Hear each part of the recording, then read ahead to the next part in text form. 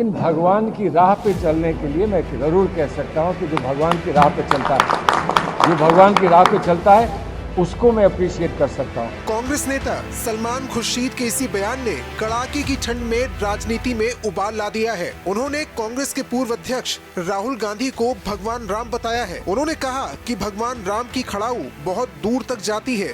कभी कभी जब राम जी नहीं पहुंच पाते तो भरत खड़ाऊ लेकर जगह जगह जाते हैं। सलमान खुर्शीद के बयान के बाद बीजेपी ने सलमान खुर्शीद पर जबरदस्त हमला बोल दिया।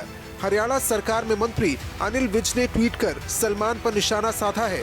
उन्होंने लिखा, सलमान खुर्शीद, आपने राहुल गांधी की तुलना भगवान श्री राम से की है और आपकी ही यूपीए सरकार ने 2009 में सुप्रीम कोर्ट में हलफनामे में श्री राम को काल्पनिक बताया था। तभी आप राहुल गांधी को यात्रा में दाढ़ी बढ़वाकर, सर्दी में आधे कपड़े डलवाकर काल्पनिक नेता बनाकर पेश करना चाह रहे हैं।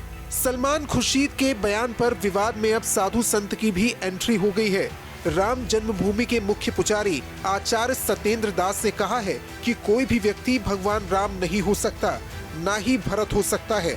कभी भी राहुल गांधी की तुलना राम से नहीं की जा सकती। कल को जो है भगवान श्री राम से जोड़ देना है तो अपमान है ना, तो ये निंदनीय है। आप चाटुकारिता कर रहे हो, करो, अपने पिता से तुलना कर दो, अपने अगर जो करना है सलमान खुर्शीद तो अपने धर्मों से करो, किसी उसका करो, लेकिन भगवान राम का तुलना करना ये ठीक नहीं है, निंदनीय है। राहुल गांधी की भारत जोड़ो यात्रा शुरू से ही विवादों में है। अब सलमान खुर्शीद ने राहुल गांधी की तुलना भगवान राम से करके एक और नया विवाद शुरू कर दिया है। अगर आप भगवान के मानने वाले हो, अगर आप भगवान को मानने वाले हो तो मेरी बात सुनो। ये शब्द तुलना अगर कहीं इस्तेमाल हुआ है तो मुझे बता दो।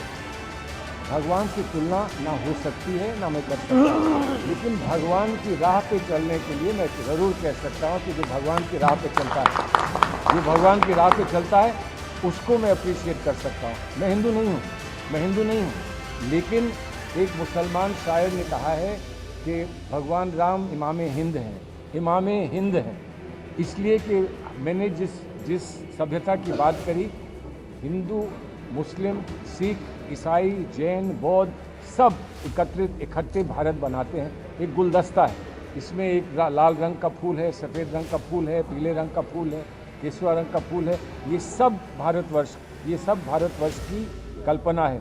उस कल्पना को हम मजबूत कर सकें और इसमें अगर कोई तपस्या करके दिखाता है, कोई मेहनत करके दिखाता है और एक अच्छे काम के लिए, तो हम जिसको मर्यादा पुरुषोत्तम मानते हैं, तो जो मर्यादा पुरुषोत्तम से हमने सीखा है, अगर वो हम किसी के आचरण में देखें तो क्या हम उसकी तारीफ नहीं कर सकते?